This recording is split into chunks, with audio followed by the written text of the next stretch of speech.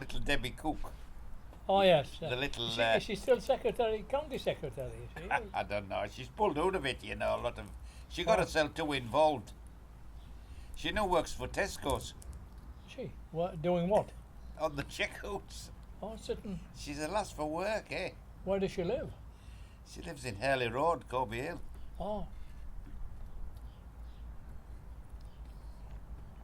Is she married then? Aye, she's married and he was a policeman and he's retired. So, I mean, he'll be on a good pension. But, Does he play balls?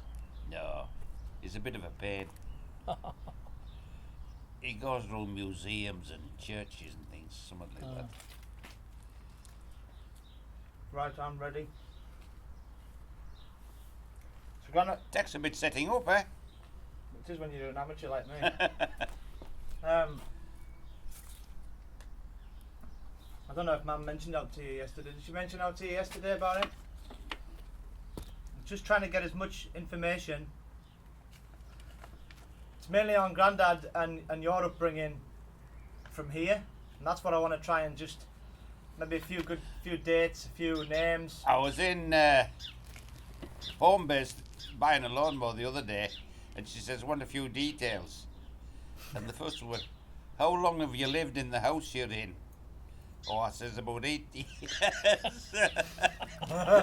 And she was going around all the store telling them, That guy lives. you know, she couldn't believe it. I was actually, I haven't, because I was away for it. But I'll have been here about 70 years. This has been your main residence. I came when I was one, I think. I think I was a baby, yeah. Aye, well, we would both be born at Aglenby. Aglenby, aye. And we would come here. Dad came here in 1926. So I was 2. So that's, how many is that? Well, 8? well, you were only born in 26. Aye. So where were you born? Well, On your birth certificate? no, he maybe came in 27. That's more like it. Aye. I've got the, I would be 3. And I remember going to Wallerbank when they were shifting from Aglenby to here. Because I can remember Auntie Sarah saying they'll be moving now or something. aye. And it would all be done with horses and And it carts. would be in February most probably.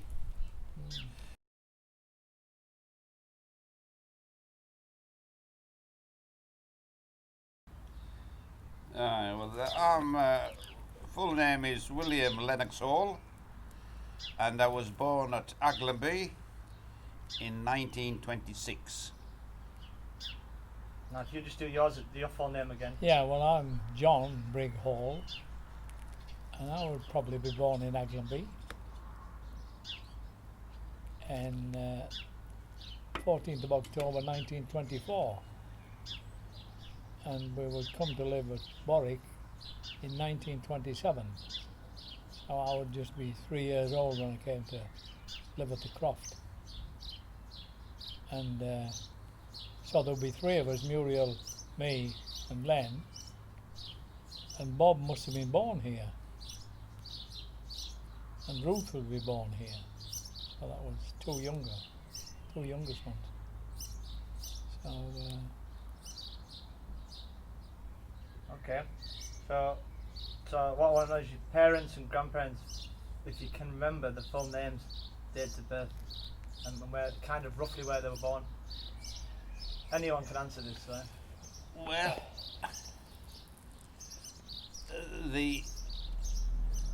my mother's father, a Mounsey, I can just barely remember him. I think he had a beard, and I would see him at Ullabank. But it's Sitting in an armchair. it's just a fleeting. And my dad's parents, I wouldn't know them at all. they were from Liverpool. But Dad came from Liverpool as a lad about 12 and was brought up at Aglenby on a farm called Warwick Home. Now, he carried on his education at Warwick, and he worked for his uncle, a chap called John Hall. who founded Warwick Home, which would be a biggish farm and Lot of horses. well, maybe what 8 or 10 horses on big farms like that. 2 or 3 horsemen to look after them, and then I don't know when Dad. I don't know when they got married. Do you have any idea? No, I haven't. Most probably about during the war, I should think. Well, Muriel was born about 22, 22. so there might have been about 1920. At a rough guess. So what was your parents' full names? Well, my mother's was Annie Mary Hall,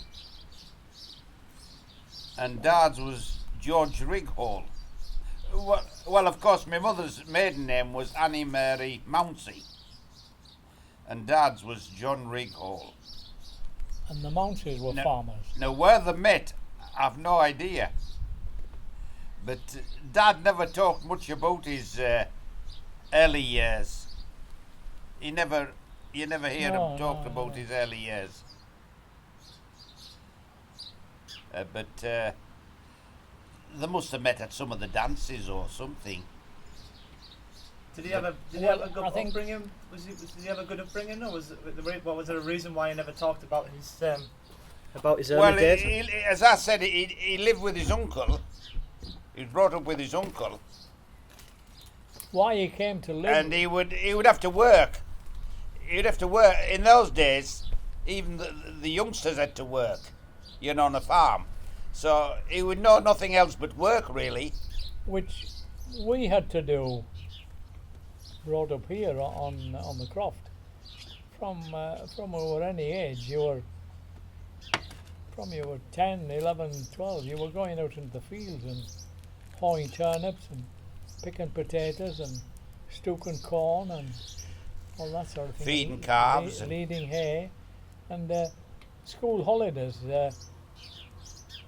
we generally had to work on school holidays. Or else went to uncle's farms to help there. We used to go to Warwick. The Jenny used to shift me off to Ullabank. Talking. And I spent quite a bit of time at Ullabank with an aunt and 2 uncles there. And of course I had to work. I did jobs for them, so I was useful for them. Taking tea out to the fields and when there was hay timing and turning hay and, they give you a fork or a rake and you just had to get on with it. Yeah. And who used to go to Slaggy? I used to go to Muriel went to Slaggy a bit. Did Bob ever go to Slaggy? Aye, Bob and I were once at Slaggy. They used to go there when the lambing season was on, because it was a hard time for. I spent when the Battle of Britain was on, and that was 1940. In August and September, I was up at Slaggyford, and my uncle was on his own because his wife was looking after her dad, and we were rushing to the radio to hear the count of the number of German bombers that had been shot down. Every day. Yeah. And then we got one big one when they totaled them up, and I think it was 180. That was the biggest. In one day? Shot down in one day. German bombers. Here's one coming over. Aye. That was every day when the Battle of Britain was on. At night you would hear 100 and some were shot down today. 100. The latest number of. To be a bit of a cheer, or? Oh well, it was great to hear, but it didn't say how many planes we had lost either. So that was it. Well, when you think of and it, well, when you see it's a small number really, but what the Queen unveiled yesterday. They reckon half of the bomber crew were lost. I saw one figure. How do you mean lost? Well, over the period of 50, they used try and get them to do 50 missions. Mhm. And over those 50 missions, half of them never survived. Oh no. Half of them were killed. So that was the rate of casualties. If they reckoned if you And then a lot would be prisoner of war, you see, bailing out. but there was 55,000 died. Bomber crews. Well, the one on the dam, I think, there was just more two. than half of them failed to come back. Well, it was the 10 set off, and I think about 2 came back There wasn't many came back. when they blew the Moyne Dam with the bouncing bomb. And some of them had, one of them, I think, was it Guy Gibson. He didn't hit it. He didn't release his bomb on his first run. Something went wrong. It wasn't right, and he went round again and had another go at it, and I think he hit it with his second bomb. But it flooded the rear because it let all that water out, and how many Germans were killed in Cologne? 60-odd thousand. Was it Dresden? Was it Dresden No, or Cologne? Cologne. 40,000, a number like that. Mm. Which was a bad mark, actually. That was one of the mistakes they made, to bomb Dresden, which wasn't a military target. It was only civilians. But they were trying to hit them back the way they were hitting us. Because they'd bombed Coventry, it was a reprisal raid. They were bombing cathedral cities in Britain. And Coventry was probably one of the worst. And they nearly wiped Coventry out in one night. But one of the things I can remember during the war was listening to Churchill's speeches. And people used to, if the new Churchill was coming on, they used to, 9 o'clock, they were near the radio, and it was part of the entertainment. And it was a morale booster, you see. Yeah, and he always lifted the nation after he spoke. Mhm. And I suppose he always put the bright side, but I always remember one phrase. It was just when they were contemplating invasion of this country in 1940, and Churchill's, one of his phrases was, "We will welcome invasion, and so will the fishes." That was the type of him, you know. We will welcome invasion, and so will the fishes. But it had everybody laughing, you see, and and of course the Home Guard were going strong, and they were going to do wonders. I don't think they would have done much, because a lot of them only had broom handles and things. But I was in them for a short while till I went on to the railway. Well, probably after I was on the railway, but working shifts and that, you couldn't attend parades or anything, and so I think I dropped out. But Warwick was one of the headquarters for the Home Guard, and they took over the memorial hall, the village hall. They commandeered that, so there was nothing on in there during the war. It was the Home Guard for maybe 3 years or so. During the war, the army could just come and commandeer any place, village halls, schools, or anything, and if they had a use for it. And actually, we had a big gun emplacement between those two trees, and it's still there. Huge concrete. They came and they do really big hole. See those big trees over there? In between those two trees is a gun emplacement, and it was aimed so that it could hit Wetherell Bridge, the railway bridge, which is directly there, and it could hit the river bridge here, and it would have blown them up. But it was never there was in never case of any guns invasion. in. You know, they never put any weaponry in, but it was there, built. A huge ramp down into it. It was. I don't think it would have worked, mate. No, it wouldn't. It wouldn't have worked, but it was fancy ideas, you know. These are ideas. They had but- visions, I suppose, of the Germans breaking the country in two, from Newcastle to Carlisle, which is the narrowest bit. and split it. You know, it was possible that they could have done that, because there was a big rail traffic through Carlisle to Glasgow. You know, John would know. And Carlisle was a big rail centre, but luckily they never bombed Carlisle. No. And the only bomb we got in this area was a one that it was a village hall dance at Scudby, and they were just getting out, and there was a spare plane coming from Glasgow, and he must have seen this light, and he dropped a bomb, and he hit the village hall, and it was an incendiary bomb, I think, and he went through the roof, and it didn't go off, but it hit a lad and killed him dead. A lad called Ernie Rowe. A farmer's son. From So he was unlucky, you know, to be hit by a bomb that didn't go off, wouldn't he? He was unlucky in as much as he was a farmer's son, so he was exempt from military service. But that to volunteer for Home Guard or fire service, and he was in the. He had volunteered for the local fire service, and they would do duty as and when they were wanted. And he should have been on duty this night, but he skipped it. He was a good dancer, they said. And there's one report I had was he was changing his shoes. You know, putting. He must have had dancing shoes on, and whether he was bending down, but anyway, he was. Incendiary bomb came. They used a farm at Scudby, and he was the only casualty. But it shows they must have seen the light coming out of the village hall. Well, that seems a bit far-fetched as well, because to drop a bomb from up there to hit a light that near. But think of all the chances of him hitting.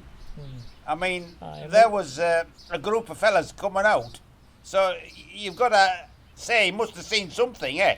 Well, he must have been attracted to something. He said, "Well, I'm not taking these back to Germany with it. I want to dump them." But I look like I've done something. And of course, when we were lads, when a plane went over at night, we used to try and think, can we recognise the sound? And they used to always say the German planes, which I dare say they had a different beat.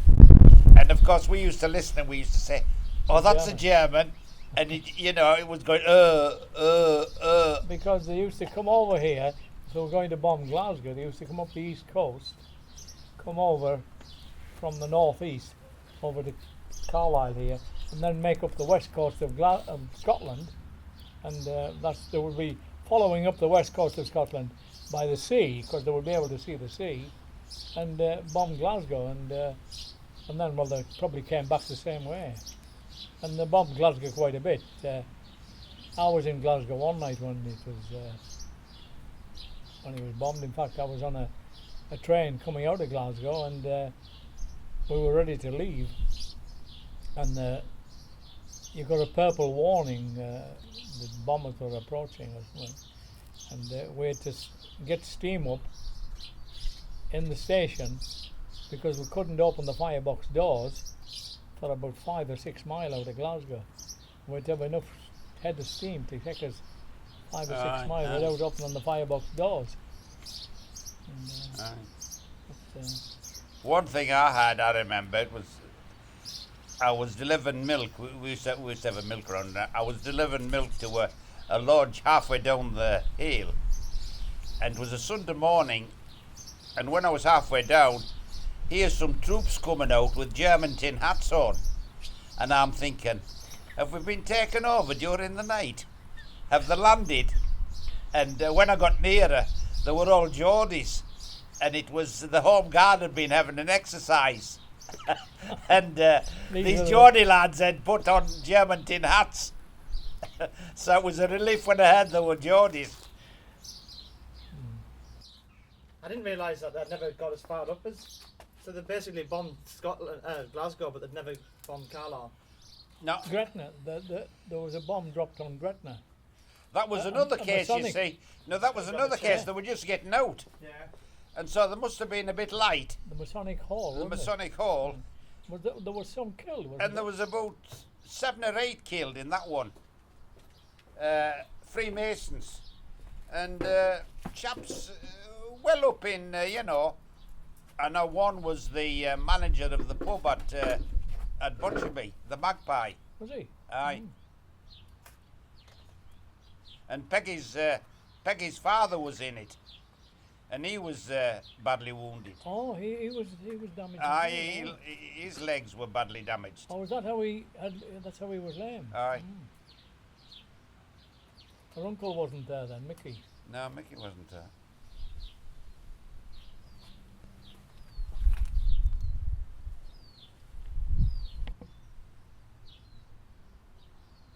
Is that the end of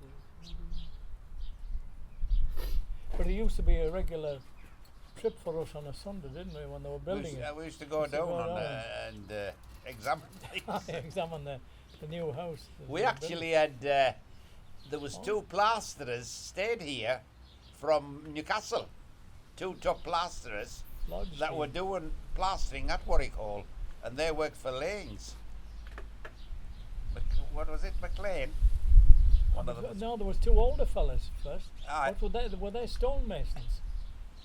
Well, I thought they were plasterers. No. But what they were called McLean. Bill Rye and Jock McLean. Aye, something like that. They aye. were plasterers, Were they? but the two men before that were stonemasons. Ah. They were older people. And I can't remember them. I remember them. Aye. But when they were They used, stonemasons were finished, they used to look out at Mary. Mary used to go by. Mary Foster. Aye, well, Oh, there's a. he was caught in there for a while, didn't he? Right, I just want to find out about your family quickly. Like how many children in the family, where were you guys in the lineup? And just generally speaking, what was your childhood like? So if you can just basically say, I don't know who, Len, if you want to do it, or Grandad, just describe how many children you were, the names of them, just so I can get an idea of like who the family was and what kind of size the family had, and where you guys were, in the pecking order. So just wait 1 second. Yeah. Well, there was five of us in the family, 5 children in the family. Muriel was the eldest, who was born in 1922. I was the next, born in 1924. Len was next, 26. Bob would be next in 28. Was Bob born 28? What's that? Aye. 28. And then Ruth would be 2 or 3 years later. And that was the 5 of us in the family, 3 boys and 2 girls. And we were all brought up here. Generally speaking, like what was it like your childhood as a family here in this village? As a general, did you feel like you had a good upbringing? Did you feel like you had a good family life? Oh, we're a happy. There was always plenty going on, and we played plenty of games, plenty of football. Cricket. We used to have things like hoops. Used to run after hoops. That was a thing. And we all went to Warwick Bridge School. 5 of us would all be educated.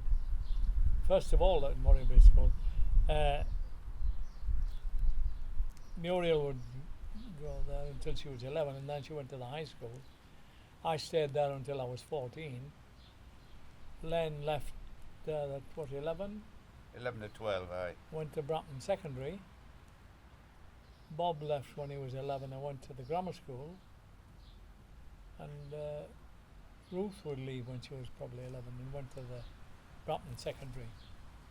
That was the schooling we did at Warwick Bridge, which was a good school, a good well-run school, and a good headmaster. John Nansen was the headmaster's name, and he was a good master. When John retired, what they bought him was a pair of balls for the bowling. He was a member of the Weatherall Bowling Club, and I remember that's what he got. And how would he get to Weatherall? On a bike? Aye, most probably. Oh, no, it was just a straight road, wasn't it? 'Cause Aye. it was the bottom road, wasn't it? And where the Weatherall bowling green was, you know, the viaduct at Weatherall, and this road, this side, goes underneath. Well, it was just up there, just at the bridge. There was a little bit flat land up against these rocks, and there's a bowling green there, believe it or not. And it must have been awful place for midges or things in the summer, because it was just a sheer cliff rock face. Which had probably been a quarry at some And time. I don't think there was that much room. It couldn't have been a very big bowling. You know, I think maybe they only played one way, Sometimes you get because a it was green nothing and like the size of ours or No, yours. no. But however, they played there till the end of the war, and they now moved up onto the Plains Road on the corner there. which is the Smart Bowling Club now, Wotherham. So is any kind of real distinctive things you can remember as kids, like when you both lived here, like any kind of real stories that you spring to mind, or anything that you can remember about the days? Maybe a big event, or a big holiday, or even something tragic, or anything that Well, kind of really. we were here for the Jubilee. I remember the Jubilee. When was that? 37. Well, there was the 25th. It was the George V's 25th. Was that the Jubilee? That would be his Jubilee. And I remember we had a maypole. I remember dancing around the maypole with two of the school teachers from Warwick Bridge School.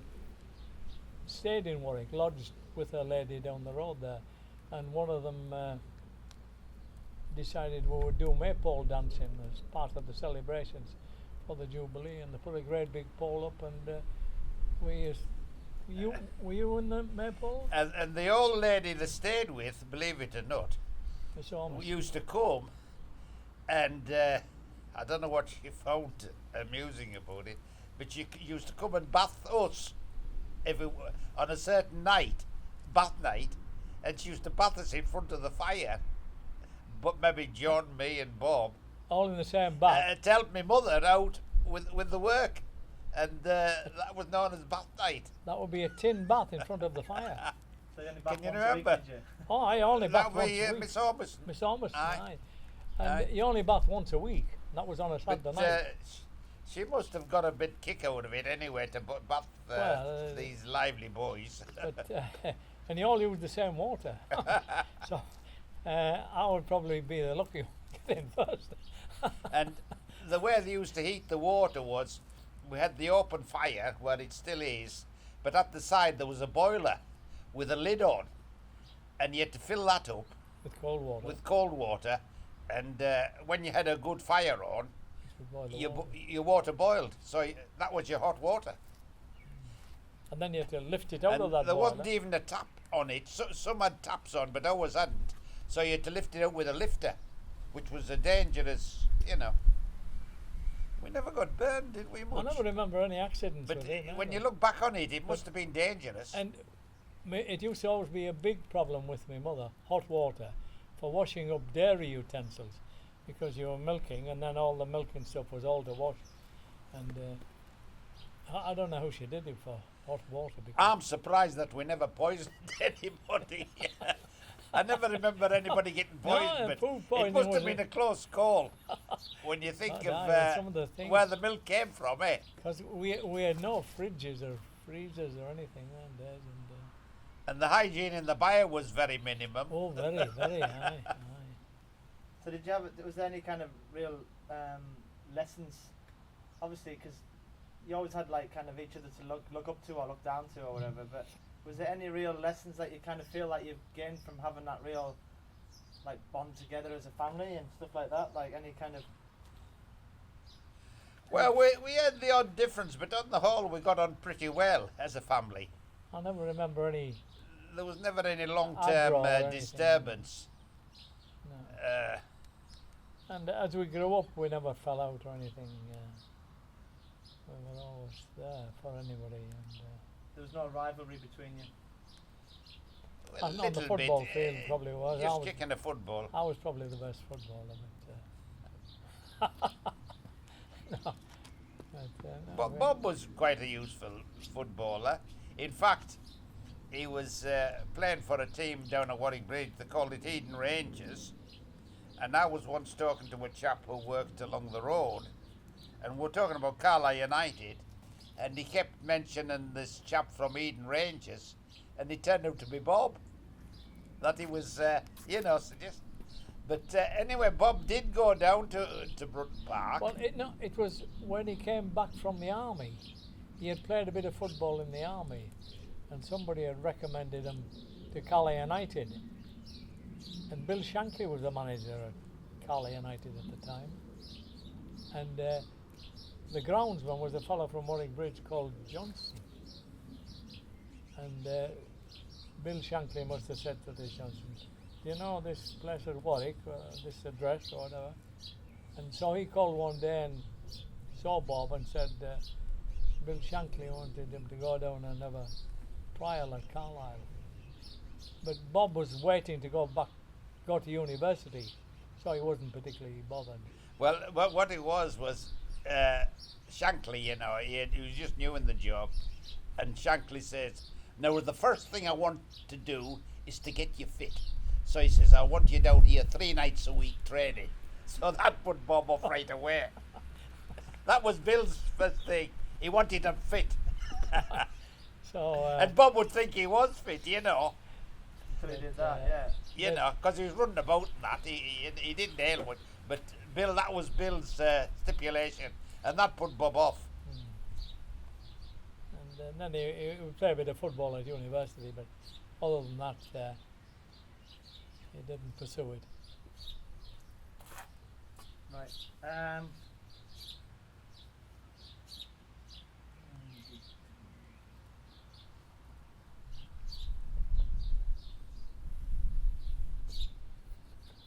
School. You kind of covered that a little bit, but if you could maybe just go, like, which school, when you went to school, what was kind of roughly the dates? And did you all went to the same school in Warwick, didn't you? So Warwick Bridge. Warwick Bridge. So maybe if you can just cover over that a little bit more, just a little bit. Like, what was it like at school? The school when you were there together. Obviously, you'd see each other at school, but there'd be a couple of years difference. Oh, in the there was classes. always. I don't know. Well, I think one of the things I could remember was, I think we had one bike between the two of us, and there was a bit. The one that got out first got the bike, and the other one had to walk home. But that was when we came home for dinner.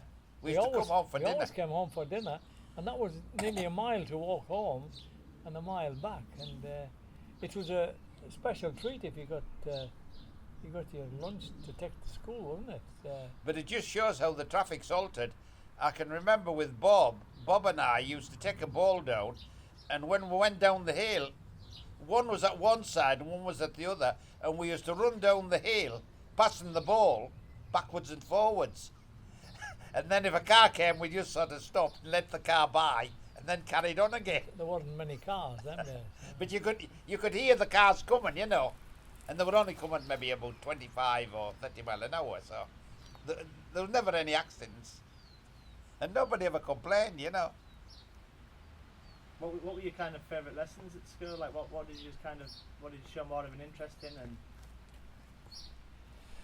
well, one thing, although I maybe shouldn't say this, but it was the headmaster. I was in the middle class, and the headmaster came through.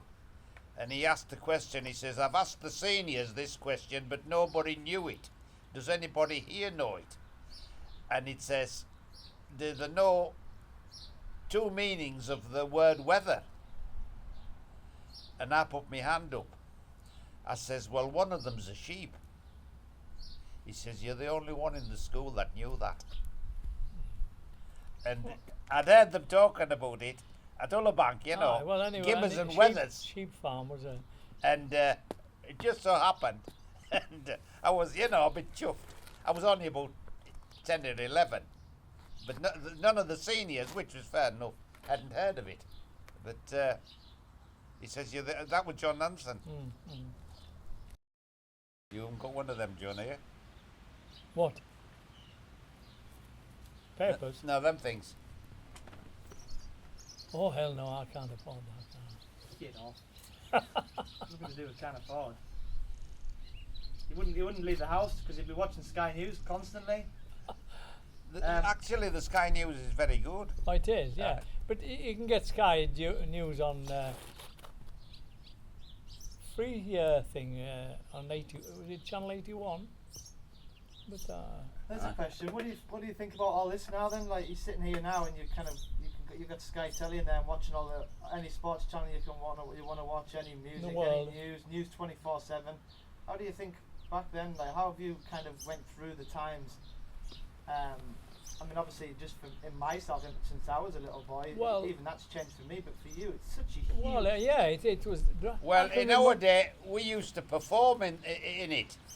You know, we took an active part. Now, a lot of it's sitting at a chair with something in front of them, not being active. Yeah. So we never had any problem of overweight or anything, you know. we were active all the time. There was no obesity in our family, partly because Dad was on the lean side, but it was because we did a lot of running about. I mean, one fellow once said to me, "Do you have any dogs at your place?" I said, "No, we're the dogs." Aye. The cows were to bring in where to go and bring If them there in. was animals away at the bridge end, we had to go and run down that hill. We were good at climbing hills. But talking about television and radio, I can remember the first radio we got, and I think the war had started before we got a radio. I remember it actually. It was a It was the Sunday. We got it on the Saturday, and the war was declared. that was September the 2nd, and war was declared on September the 3rd. And I was down in the bottoms, and my mother shouted us. She couldn't get the radio to work, and I came up, and it was just a little Portable set with a little battery. battery, Portable. and it was for Neville Chamberlain announcing Declaration that of war was declared. And I remember just getting it, you know, to hear it about 11 o'clock. This was Sunday 11 morning. o'clock. Sunday And he morning. says, "I've got to tell you that a state of war Now exists between us and Germany." That was the beginning, on the 3rd of September, 1939. I am speaking to you from the Cabinet Room at 10 Downing Street. This morning, the British ambassador in Berlin handed the German government a final note stating that unless we heard from them by 11 o'clock, that they were prepared at once to withdraw their troops from Poland, a state of war would exist between us. I have to tell you now that no such undertaking has been received, and that consequently this country is at war with Germany. And that was our first, That was Radio. our first radio. Right. because we hadn't electric then. But When- you thought it was great, didn't you? Oh, yeah. The radio. Aye. But when did we get the electric in? Well, I was in the army, I think. I remember the guy putting it in. The guy called Aye, but it must Tommy have been in Foster. about 47, 48, before we got electric. before we got electric in the village. There used to be, Warwick Hall used to have gas, but they made their own gas. And they had a building, and the building was down in one of our fields, right near the bridge. And it's called the Gashouse Field still. We call it the Gashouse Field. And it was this, where they burn coal, and it's a process that work, and they make coal gas. And then they have to send it in pipes to Warwick Hall. And that's known as the Gashouse Field, wasn't it? Right, we always called it the gas house. Yeah. And you could come across bricks Oh yeah. if aye, you well, were there digging. There was You sort know, of you're on, buildings, right? there's a mound, isn't there? That's right. Aye. It'll still be there if you dug, eh? Aye, but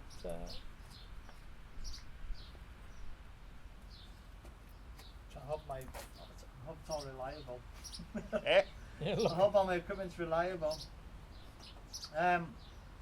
Family's favourites, like jokes and pranks, like who in the family was like the comedian, who was the straight man, who always played the pranks, who was kind of the jack of the lad.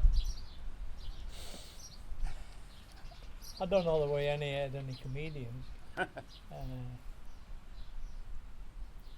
No, we didn't I couldn't do that much. identify one against the other. Didn't play any- Muriel was the cleverest of our family. She was a big reader.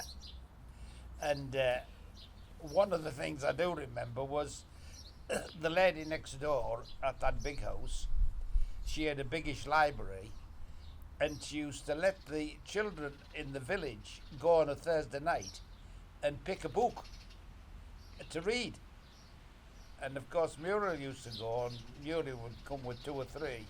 We used to get them, but I was never a big reader.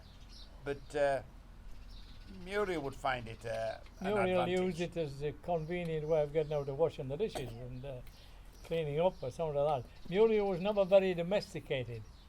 She would rather read. She would rather read, but she was well read. And it paid off in her life because she was, as Len said, the cleverest of us all, and went on into the civil service and did well and was a higher executive in the civil service before when she retired. But she'd read right into her 80s, wouldn't she? Used to see her still reading books, But I was never. I'm thinking you're reading this and Do you do much reading now? no, the newspaper and Crosswords. I suppose television puts you off a bit. Oh, it does a lot, yeah. You get all the And jam. I think it's showing the damage it's doing with children in today's age. Fair enough, it's letting them see a lot of things that we could never envisage when we were kids. And kids today, like, you see the world as it is. We just had to read about it and imagine it, and but now they can see it for real. And but I think there's too much children watching television now.